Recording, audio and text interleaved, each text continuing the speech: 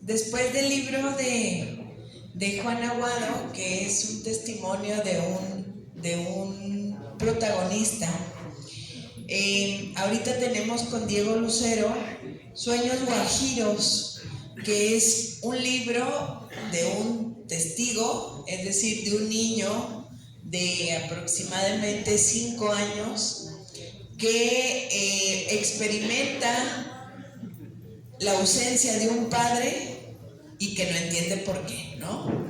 Probablemente en ese sentido estamos viendo dos narrativas diferentes, ¿no? El del sobreviviente y el de un niño testigo que no entiende por qué no puede crecer de manera cotidiana y normal, como todos sus amiguitos, con su padre ausente. Este libro creo que nos interpela a muchas y a muchos que nos llamamos nacidas y nacidos en la tempestad, ¿no? Aquí andamos varios y somos hijos de personas combatientes que en determinado momento la prisión, la ejecución, como es el caso de Diego Lucero Martínez, o la desaparición, como es el caso de otras y otros que andamos acá, nos evita crecer en un hogar, ¿no? En un hogar completo, digamos. Y Diego tiene una experiencia muy interesante que también se ha repetido de manera constante y que evidentemente nosotros la argumentamos que es un silencio desde el amor, desde la protección, pero que hoy en día vemos que también se vulneró el derecho a la verdad, ¿no? Y que ese derecho a la verdad para personas como él fue vulnerado en determinado momento, insisto, por una protección frente a la violencia política que evidentemente ninguno de nosotros, ninguna de nosotras entendíamos, pero que sabíamos que los adultos que nos criaban y nos tutelaban tenían todo el sentido, toda la experiencia, como es el caso de Lourdes Estrada, ¿no? Que es la madre de Diego. Entonces, en una vida que no sé si se me antoja decirla a la mitad, pero que sí es una vida donde Diego llega a la adultez, se da cuenta que no conoce versiones cercanas a lo que sucedió con su padre chihuahuense, ¿no? Un estudiante de ingeniería civil en la Universidad de Chihuahua, que en el 68 justo va a ser uno de los huelguistas en la universidad para lograr la autonomía, ¿no? En la Universidad de Chihuahua, y que en ese tiempo Diego iba a ser el presidente de la sociedad de alumnos de la sociedad de Chihuahua, ¿no? Entonces, según nos ha contado Diego, que nos hermanamos de manera un tanto formal, ¿no? En la década de los 2000, en la primera década del siglo XXI, Diego no entendía por qué llegaba a Chihuahua y todos los camiones decían Diego Lucero, ¿no? Que es una colonia muy famosa porque evidentemente en Chihuahua se viven las primeras experiencias de toma de tierras, ¿no? Por el Comité de Defensa Popular, y que esta toma de tierras, que va a empezar en 1968 con la colonia Villa, después va a fundar la colonia Diego Lucero al sur de la ciudad, ¿no? Entonces, Diego vive una doble vida, vive una vida de un niño pequeño burgués o acomodado, ¿no? O bueno, vamos, de una mamá trabajadora, ¿no? De una madre trabajadora, enfermera de Pemex. Y a mí eso siempre me ha conmovido mucho cuando Diego lo cuenta, que lo mandaban en los chihuahuenses teniendo 10 o 11 años, ¿no? Lo cual ahorita sería impensable hacerlo con cualquiera de nuestros hijos baquetones, ¿no? Adolescentes. Pero a Diego lo mandaban los dos meses, mientras Lourdes trabajaba en Pemex, a Diego lo mandaban a Chihuahua con la familia, ¿no? Él no entiende por qué significado tiene Diego Lucero en esa historia del tiempo presente de Chihuahua, y hasta bien entrado, yo creo que ya eras veinteañero, treintón, cuando se crea la Fiscalía Especial para Movimientos Sociales y Políticos del Pasado en el 2002. Y entonces Diego es interpelado por otra organización que se llama la Diego Lucero, ¿no? Que no tenía nada que ver orgánicamente con el caso, pero que retomó el nombre, ¿no? Lo buscan y Diego empieza junto con ellos y acompañado del Centro de Derechos Humanos Miguel Agustín Pro, un caso de litigio estratégico por la ejecución extrajudicial de su padre, ¿no? Aquí es donde me parece importante retomar que él en una desconexión natural con este mundo de la violencia política, empieza una investigación como Diosito y Fritz Glockner le da a entender, ¿no?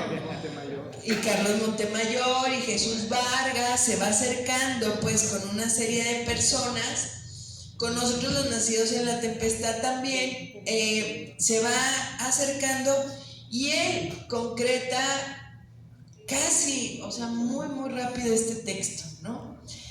Quien lo lea, quien tenga oportunidad de leerlo, va a encontrar que es un texto bastante, con muchas certezas, ¿no? Con muchos hallazgos muy interesantes, como si Diego no fuera un mortal diseñador y pudiera ser un historiador, ¿no? Es una broma para él, no se queda en serio, es una broma. Es decir, Diego es diseñador de formación, pero ejerce un trabajo bastante, muy completo, muy interesante al convertirse en un entrevistador. Eso es bien interesante. A mí me gustaría que ahorita Diego nos contara cómo fue haciendo esta dinámica, esta metodología de la bola de nieve, de que de un entrevistador lo mandara a otro y casi de inmediato, porque eso es algo que tenemos, evidentemente ahí Diego, yo, Romeo y otros compañeros tenemos un plus.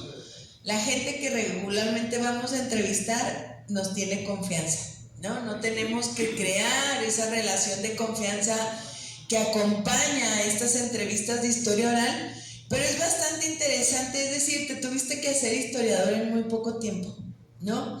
Ese es un proceso bien interesante, es decir, lo descolocan, lo sacan de un hogar con confort, lo descolocan diciéndole que además no nada más que desconoce gran parte de la historia personal de su padre y de su madre, sino que además tiene que hacer investigación para poder darle forma histórica a un caso de violaciones graves de derechos humanos, como es la tortura y la ejecución de Diego, ¿no?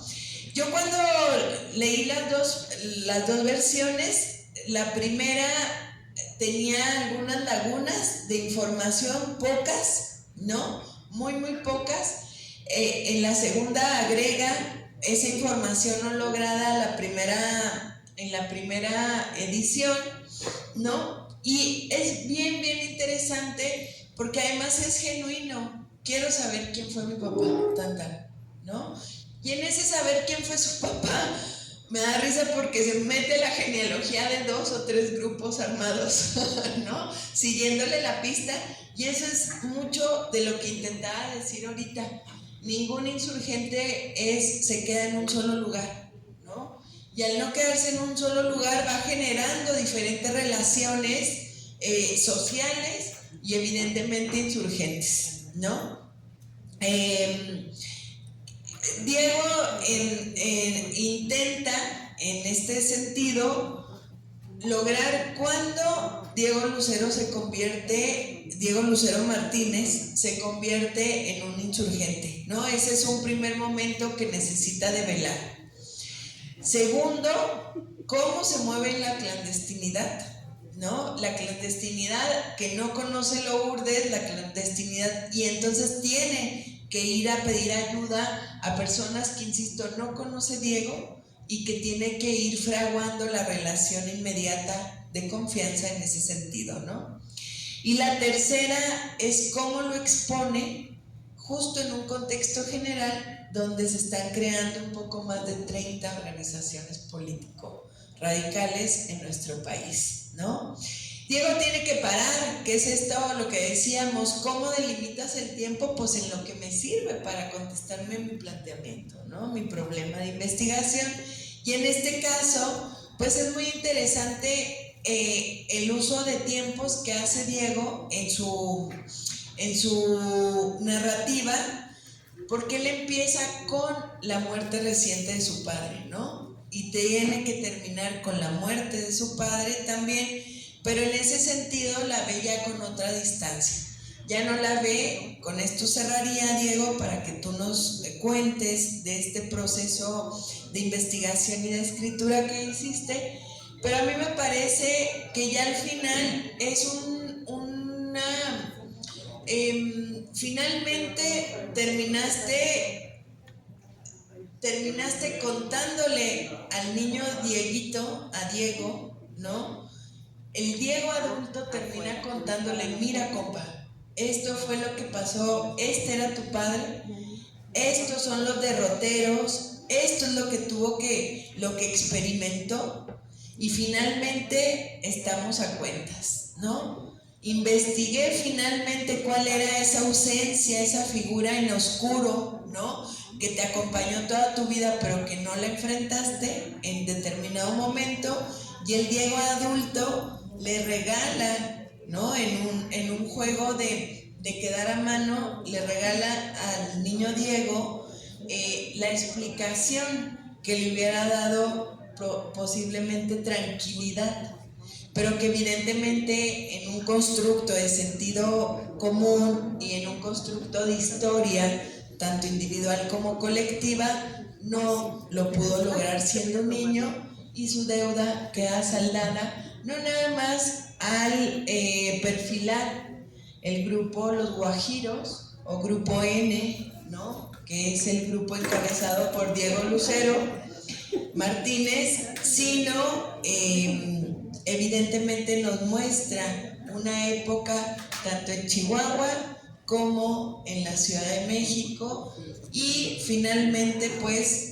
es una historia inacabada, ¿no? Me parece que el Diego adulto continúa con un poco de esa lucecita del Diego pequeño, continúa haciendo investigación, porque evidentemente hay una deuda no saldada, hay una deuda inconclusa que Diego sigue peleando frente a la fiscalía, pero evidentemente frente a este país que ha cerrado los ojos y los oídos frente a tragedias que, insisto, no son individuales, ¿no? Son colectivas y atrapan a cientos y a cientos de familias, muchos de las cuales estamos aquí.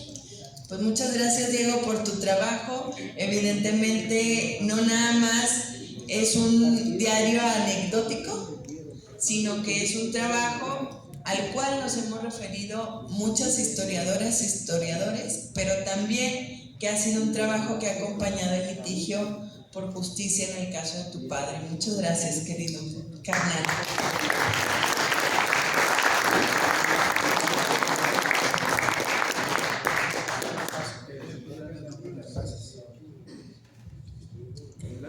Gracias, Alicia, gracias a todos. Bueno, no todo el mundo tiene que saber a ciencia cierta lo que fue mi padre. Mi padre fue guerrillero, brinca de los movimientos estudiantiles y no obreros, sino sociales, porque construían escuelas, hacían ellos, otros ingenieros. Mi padre fue ingeniero, construían, daban proyectos para escuelas, para colonias, la Francisco Villa, escuelas de ahí, etcétera. Y no sabemos en qué momento, sabemos que desde que en el 65, cuando se va a asaltar el cuartel Madera, él ya forma parte de algún grupo guerrillero, porque un tío encuentra armas largas escondidas en un closet de casa de mi abuelo. Entonces, al menos desde el 65 sabemos que él ya era guerrillero.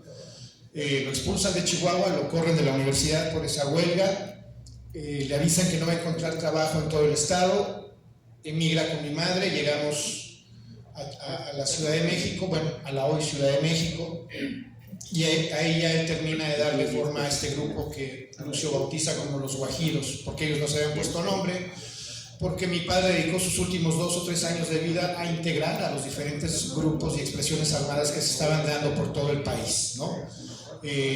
Por decir algo, Lucio ya había mandado a 3 compañeros de él a que se aprendieran a mover en la Ciudad de México, a moverse en el metro, saber cuáles eran las avenidas, las rutas, a que se vistieran como personas de la ciudad, que hablaran como personas de la ciudad. A su vez, no solo el grupo de mi papá, sino gentes, no sé si era la partidaria, no sé, etcétera, ya había mandado a varios, más de 10, menos de 20 guerrilleros para que estuvieran experimentando sobre la guerrilla rural. Ahí la llevaban con esa, poniéndose de acuerdo, pues, ¿no?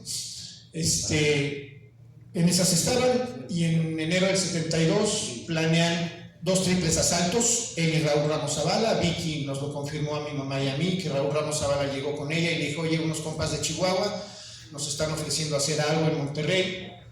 Y el 14 de enero se iban a hacer 3 expropiaciones, no llegan algunos cuadros, algunos guerrilleros fallan, solo hacen 2, y al día siguiente en Chihuahua hacen un triple asalto en donde muere una prima de mi madre, Abelina Gallegos.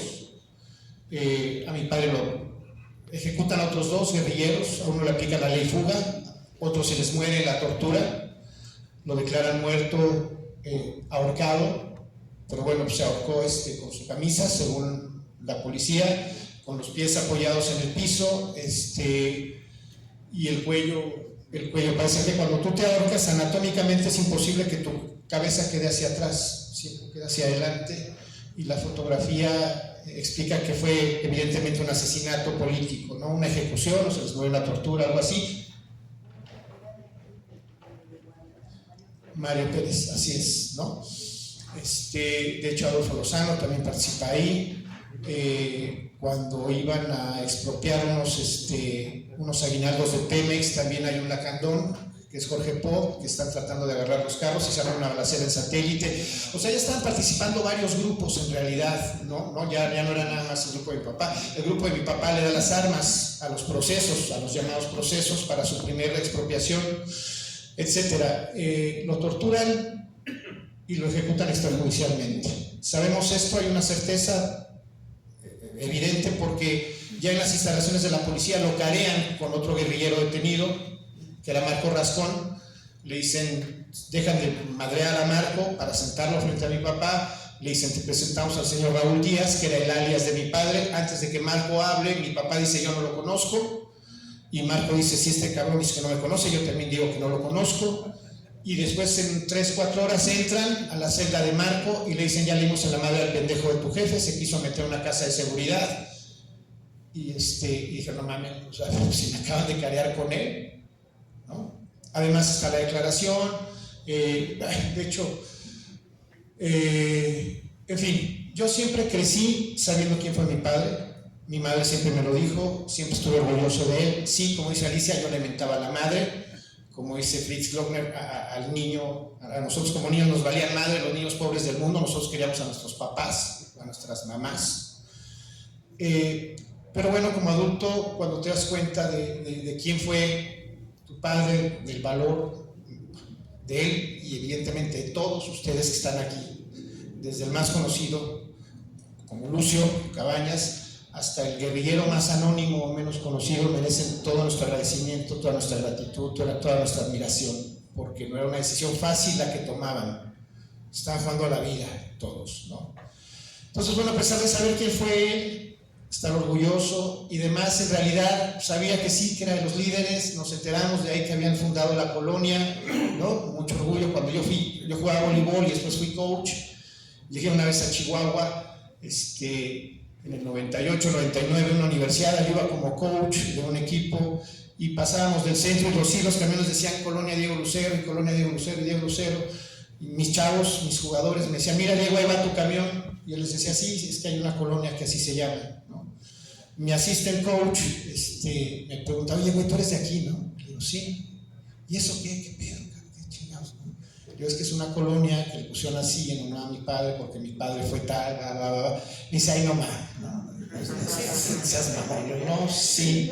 No, le digo, sí, güey, en serio, pregúntale a alguien que más o menos conozca y te va a decir. Eso fue en el desayuno, que estábamos en la zona roja de Chihuahua, habían movido a todas las muchachas para que nosotros pudiéramos estar en ese hotel. Y a la hora de la comida vuelven a pasar los pinches camiones. Y bueno, ya no me dice nada, pero mi assistant coach me dice, oye, güey, ¿en serio, güey? No mames, si se llama así, sí, güey, que sí, ya, ¿no? Y en la noche, ya que nos íbamos a dormir, estábamos en el mismo cuarto, en diferentes camas, tengo que aclarar, ¿no? Y el pinche Homero, ya estaba yo quedándome jetón, y me dice, oye, Diego, no mames, ¿en serio, cabrón? No, claro que sí, ya, cabrón, no estás chingando, o sea, si no me crees, investiga, cabrón, ya, ¿no? Entonces, bueno, esa es anécdota. Nos busca la Fundación Diego Lucero, me corresponde ir al Archivo General de la Nación y entre muchas otras cosas que tenían los policías sobre mi jefe, porque estaban cabrones, prácticamente sabían a qué hora iba a cagar prácticamente, o sea, ¿no? En qué hotel estaba, Encuentro la declaración de mi padre, donde Luis de la Barrera reporta que lo detuvieron porque él dice con quién está casado, quiénes eran sus hijos, dónde vivía, qué había estudiado, dónde había estudiado. Entonces, eso es la evidencia más clara y contundente de que mi padre no murió en un enfrentamiento. Aunque lo supiéramos, ya había un documento de ellos mismos donde reconocían que habían tenido a mi padre con vida, ¿no? Ahí yo me decido escribir un libro, ¿no? Un libro sobre algo de lo que yo conocía ni madres, ¿no? O sea, al grado que una vez llevé a Marco Rascón a hablar con mi tío Héctor, que estuvo exiliado en Cuba, pues cuando empecé a hacer las entrevistas y demás, y yo oía que Marco Rascón y Héctor, mi tío, hablaban del mar en Chihuahua, ¿no? Y decía, no mames, si no tenemos costas allá, güey, o sea, San pendejo. Y sí los tuve que interrumpir para que me explicaran qué chingada, ¿no? Me volvió a ver Marco así como diciendo, este güey está re pendejo, ¿no?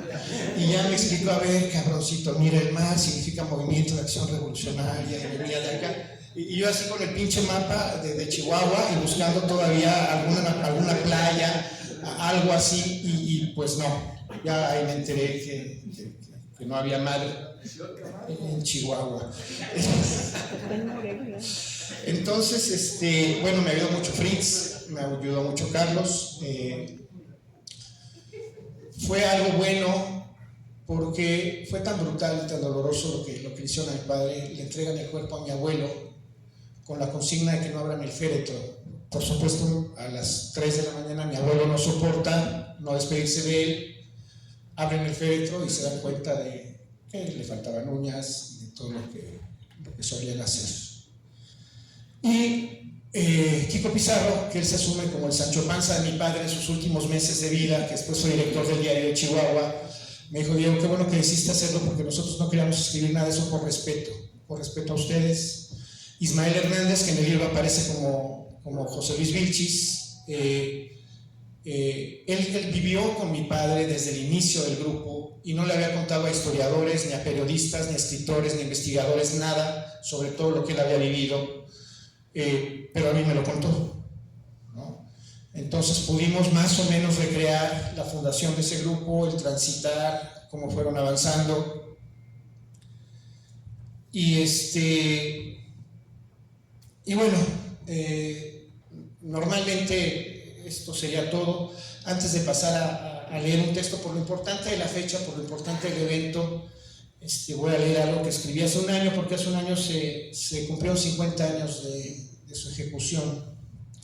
Pero estaban hablando hace rato sobre las diferencias, y yo creo que es algo que viene muy al caso ahorita, porque cuando muere mi padre, los otros 5 dirigentes del grupo Los Guajiros se desconectan porque todos tienen que abandonar sus casas de seguridad, y cuando se vuelven a reencontrar y demás, ya estaban muy avanzadas las pláticas para fundar la liga. Algunos de ellos, Ismael y Manuel, su novio era Virgilio Jasso, decían que no era por el mismo lugar, que no tenía que ser así, que no había que dejar las armas, pero que había que infiltrar las fábricas, había que infiltrarlas y politizar desde adentro. Los otros insistían en esta visión militarizada. Después, bueno, ya escuchamos las diferencias que hubo dentro de la liga. Siempre hay diferencias, ¿no? Siempre hay diferentes puntos de vista.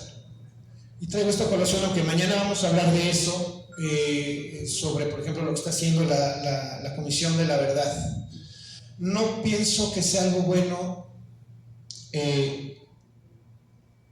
tomar todo esto como algo personal o como algo que me hiera el no tener la razón. Todos nos podemos equivocar, todos nos equivocamos, ¿no?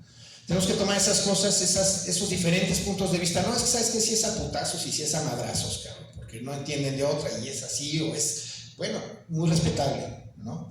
Yo pienso que pues sí está bien, pero a lo mejor no. Yo pienso que tiene que ser más bien con un pueblo politizado, porque no nos van a seguir, porque no hay las condiciones reales, aunque queramos verlas. Es un espejismo pensar que el pueblo nos va a seguir, ¿no? Entonces, y respétame. Y tenemos que continuar por ahí. Si nos equivocamos hace un chingo de años, o no, si la táctica, si la estrategia, finalmente nos van a partir la madre, ¿no? Aunque el pinche pueblo nos hubiera seguido, o los hubiera seguido, los griegos jamás iban a permitir tener una Cuba en el sur con una frontera de ese tamaño. Jamás. Jamás. Entonces no habría que darle tantas vueltas a muchas cosas. Hay que darle vueltas a lo que viene, lo que está ahorita. Y de aquí para adelante. Y si tenemos razón en algo o no, que decida la mayoría.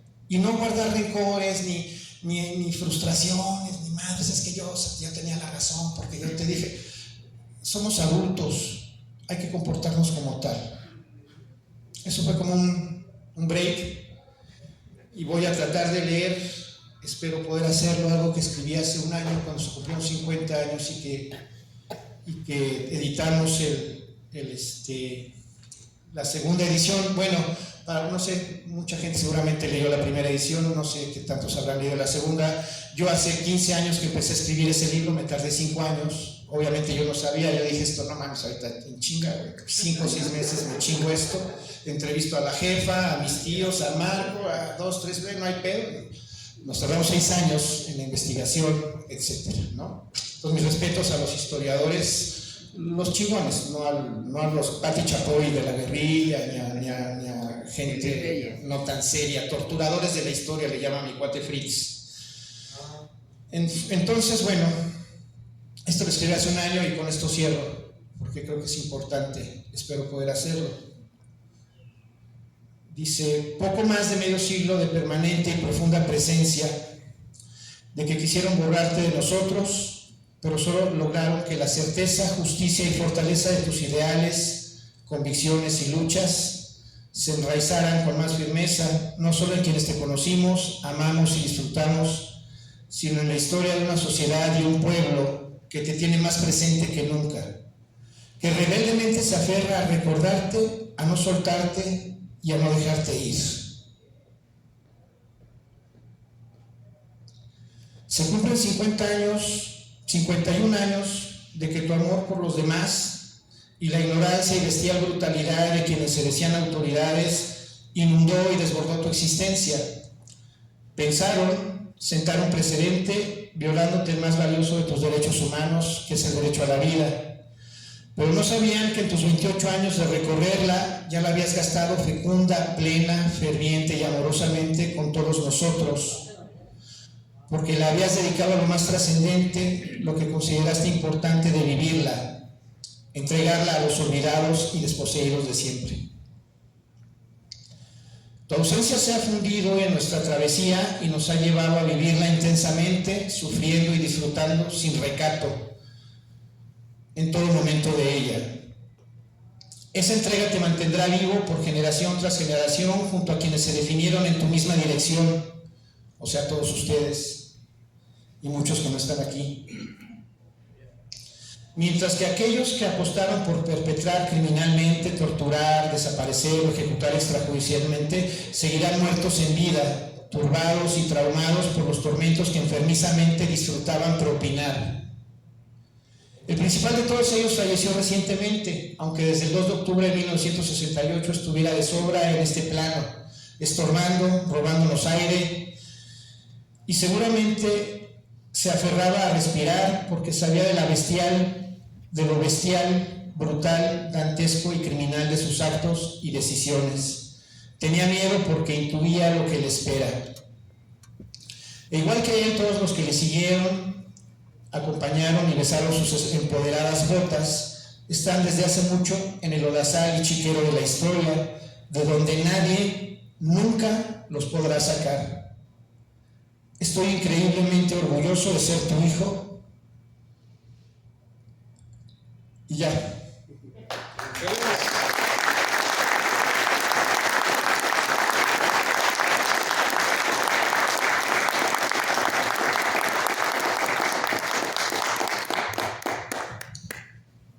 Bueno, pues tenemos aquí dos excelentes textos, uno testimonial directamente, otro de manera indirecta, que nos cuentan historias de forma muy, como vemos, muy sentida.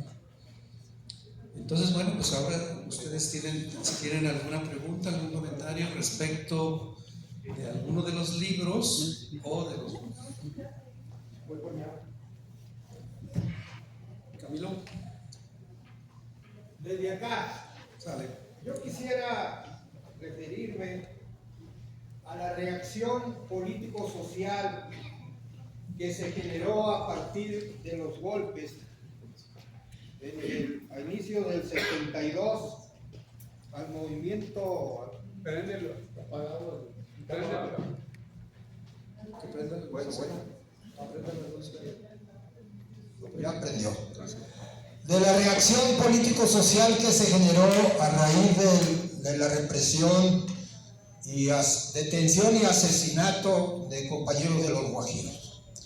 Porque nos dan la idea de un tema que a veces de manera generalizada se dice eran grupos guerrilleros aislados de las masas, sin conexión política, interacción con las masas. A raíz de esa represión, incluyendo el asesinato de Diego y de los otros dos compañeros, se gestó un movimiento, una reacción de un movimiento de masas, que desembocó en la formación del Frente de Defensa Popular, que persistió en la lucha político-social de Chihuahua mucho tiempo y que entre otras fundó la colonia Diego Lucero, pero fundó muchas otras colonias en Chihuahua y en Ciudad Juárez, y se convirtió en un actor político-social de relevancia. Yo quisiera señalar esto porque luego se piensa que de repente se formaban grupos guerrilleros y se iban y actuaban, y no. Muchos o varios de los equipos que desembocamos en la fundación de la 23 de septiembre éramos parte e interactuábamos con movimiento de masas. Fue nuestro caso en Sinaloa, que ya lo hemos comentado, dentro de un movimiento de masas que se fue radicalizando, estudiantil, urbano popular, o sindical, obrero, urbano y rural. El 16 de enero también hubo destacamentos urbanos, entre otros uno de la construcción, que se alzó y fue y tomó la caseta y tomó el banco de armas de recursos hidráulicos, y el movimiento estudiantil ese día le pusieron tanquetas enfrente para tratar de que accionara, porque el plan era urbano y rural. Entonces yo quería resaltar este aspecto que luego queda fuera de foco. Los grupos político-militares que estábamos desarrollando teníamos una interacción con el ánimo, el imaginario y aún la acción de destacamentos populares importantes, y fue el caso de Chihuahua, la reacción inmediata que vino.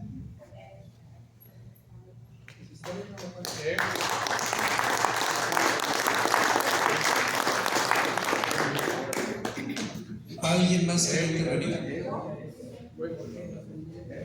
No aprende, yo no sé cómo se aprende.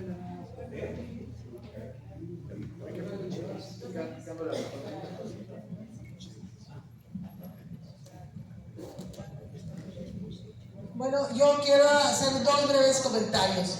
Aparte de agradecer sus exposiciones de los dos y su colaboración para las narrativas de la historia, me parece importante que acordemos también, que vaya quedando, que este esfuerzo de escritos no queden, como bien nos narra Pedro Salmerón, en una pequeña dotación. Cuando se hizo, en una pequeña impresión, y nada más en nuestros círculos, no, hay que sacarlos. Entonces, el acuerdo con el INER, el último que hicimos a raíz de que salió el libro de Juan, y le dijimos, oye, se supone que ustedes iban a hacer el lazo con el Fondo de Cultura Económica para que se imprimieran y ya se producieran en el Fondo de Cultura Económica. Hablé con Frix y Frix me dijo, pero los del INER no nos han hecho la solicitud y no hemos firmado ningún convenio. Entonces, el acuerdo último con el INER, dado que dijimos, vamos al encuentro y no llevamos el libro, pues ¿de qué se trata si tenemos años escribiendo? Y el acuerdo es que va a salir, que sí va a salir impreso por el fondo, pero yo estoy convencida que si no presionamos no va a ocurrir nada. Pero ¿qué ocurre ahí? Hay la promesa. A Juan le permitieron una edición, una impresión limitada para poderlos traer acá. Pero ciertamente nosotros vemos que son libros que, como el de Diego, igual el de Diego, la gente los debe de conocer esas historias, y no solo esas. Hay que hacer la historia, yo le he dicho al Camilo, ya, la historia de Raúl, Paco y Vicky, las historias de Héctor Torres, todas las historias nuestras. Apurémonos, hagamos las narrativas y exijamos que el acuerdo se cumpla, que hagamos una petición formal a raíz de esto que está ocurriendo, de que se cumpla la idea de la impresión de los libros. Incluso a mí me encantaría la tesis de Alicia de los Ríos, que narra todo esto, que a mí me encantó su tesis cuando la escuché, que la presentó, que también forma parte de ese equipo que se comprometió el INER de hacer 10 libros en una colección de 10 libros del movimiento armado. Entonces, si los otros compañeros que participaron en los talleres no han hecho nada, incluso hay una que está pésima, pues tiene que pasar por un filtro, tiene que pasar por un filtro de que estén bien escritos, que sean relatos verdaderos, que no sean testimonios que no nos van a llevar a la verdad, sino que nos llevan al pleito entre nosotros, ¿no? Vamos a buscar que sí se logre la impresión, no solo el de Juan, el de Diego, el de Alicia, el de Camilo, el de Raúl, el de los hermanos Zaragoza, de los Morales, todo eso. Pues de Chelis también, ahora le toca hacer a alguien la historia de Chelis, hay que decirle a Luz.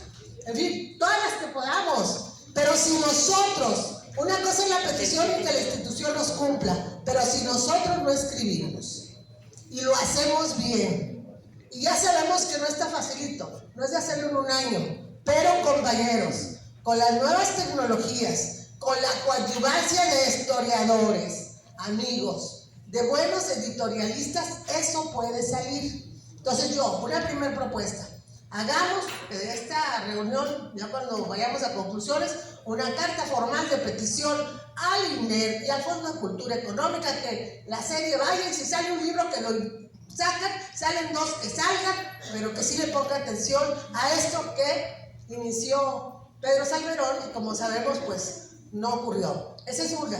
La otra, no lo van a regresar. No, Pedro está bien lo que hace, que sea, yo creo que es un excelente historiador, lo conocimos con mayor ahora, pero va dando pasos en esta lucha. Bueno, y el otro cosa que se me hace que es muy importante es que yo observo cómo los hijos nacidos en la tempestad han logrado reencontrarse y narrar la historia, que son parte de esa historia, y como la narran, pues la verdad es muy, a mí me impacta escuchar a Diego. Yo tengo un hijo, tengo 2 hijos, pero uno de mis hijos sufrió secuestro de bebé, me lo secuestraron en Tijuana cuando prendieron a su padre, y claro que tienen afectaciones. Mi hijo se encontró con el Raúl Ramos Montes, se encontró con él en mi casa el 22. Octubre del 21. Octubre del 21. Bueno, sí. Sí, ¿no? Octubre del 21. Sí. Entonces, ahí yo lo que observé en mi hijo, un beneficio enorme. Me dijo, quiero ir a ese encuentro, quiero verme con Raúl, quiero verme con los hijos nacidos en la tempestad. Cuando a ellos les acaba de entrevistar a Alicia y a Diego Lacún, lo que ellos plantearon ahí es interesantísimo para los hijos que como el mío tuvieron esas afectaciones. Yo les pedí a los compañeros que sigan narrando y buscando y encontrarse con los hijos de con todos nuestros hijos. Eso es muy bueno. Bueno, son peticiones.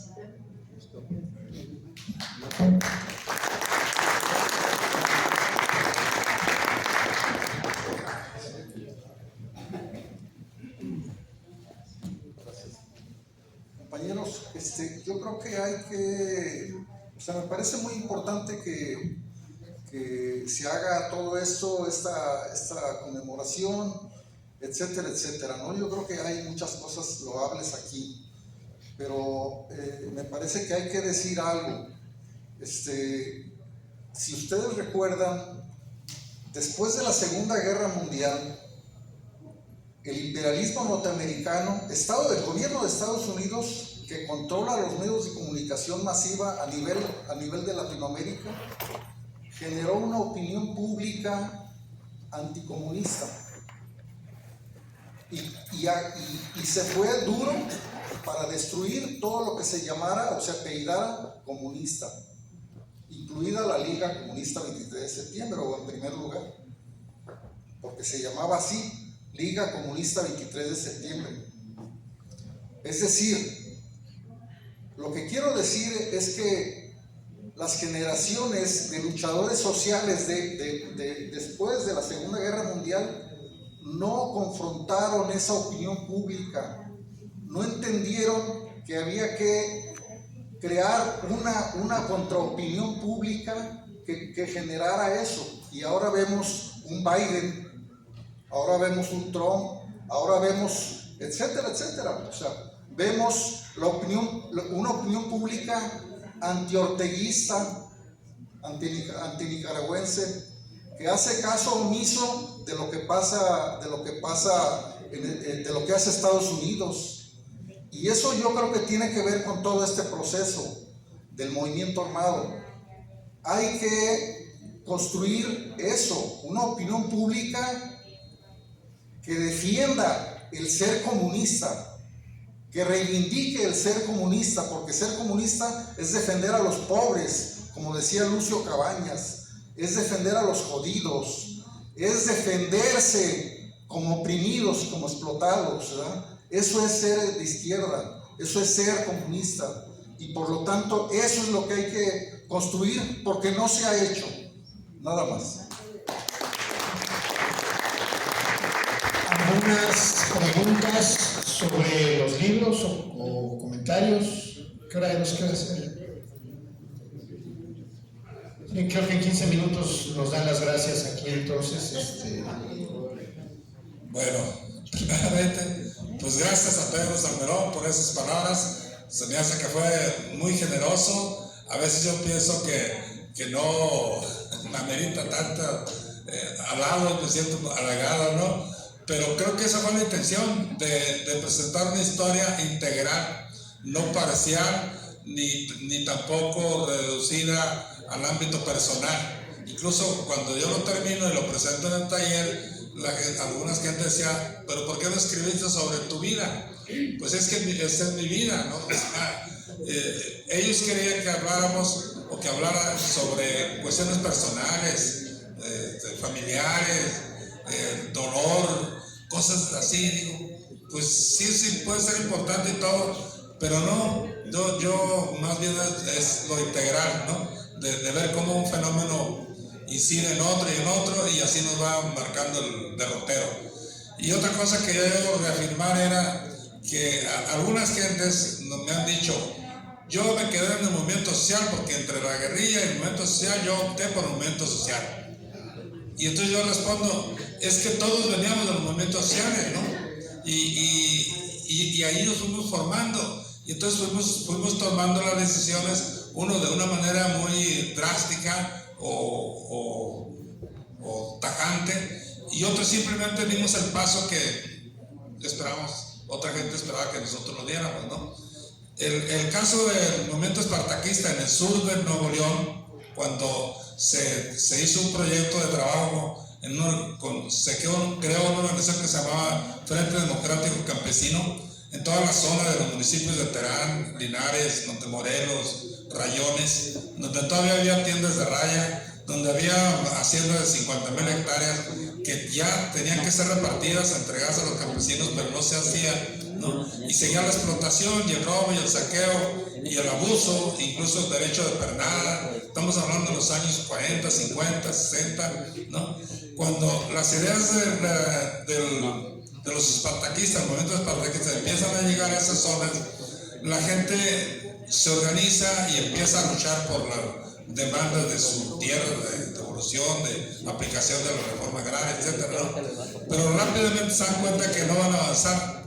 Entonces ellos son la gente, los campesinos, ¿no? Son los primeros que empiezan a plantear que por ese camino no vamos a lograr nada, que lo que hay que hacer es organizarnos como los cubanos y armarnos y irnos a la revolución. Entonces no fue la gente que llegó de fuera, como en el caso, uno de los que dirigía ese movimiento era el profesor Mónico Rentería, egresado de la Escuela Normal Rural J. Guadalupe Aguilera de Durango, y otros eran compas trabajadores de las empresas de obreros de Nuevo Laredo o de allí de Nuevo León, muy pocos estudiantes. Los que dirigían eso pues eran dos hermanos, los hermanos Iglesias, Severo y Leonardo Iglesias, uno filósofo, el otro más político, y tenían influencia en muchos movimientos obreros, ¿no? No fueron esos movimientos, ese tono, el que empujó la decisión de que esta gente se fuera radicalizando. Fue el propio movimiento campesino rural el que dijo, no, ya por ahí no, vámonos a lo otro, ¿no? ¿Sí? Y entonces cuando se toma la decisión en 1967, y luego la última fue el 26 de julio de 1968, de crear un foco guerrillero en la Sierra de Durango. Los tres intentos fracasaron. Ese último, en la última semana de septiembre del 6-8, se bajan de la sierra, ¿no? Y dijeron, cambiamos de estrategia, vamos a la acumulación de fuerzas, vamos al vínculo con otros grupos y vamos a esperar crear una organización amplia de masas o revolucionaria o de grupos armados más contundente para enfrentar al Estado. Y eso fue lo que nos llevó luego a confluir con lo que era la organización partidaria que tomó el nombre del Día Comunista del 3 de septiembre. O sea, la base de todo este movimiento armado guerrillero no fue la ocurrencia de alguien, ni siquiera de un sector de activistas universitarios. No, fue más amplia, fue todo, como decimos en el prólogo, ¿no? Entonces, bueno, compañeros, creo que es hora de terminar con esta intervención del compañero Juan. Bueno, pues muchas gracias y mañana siguen las actividades.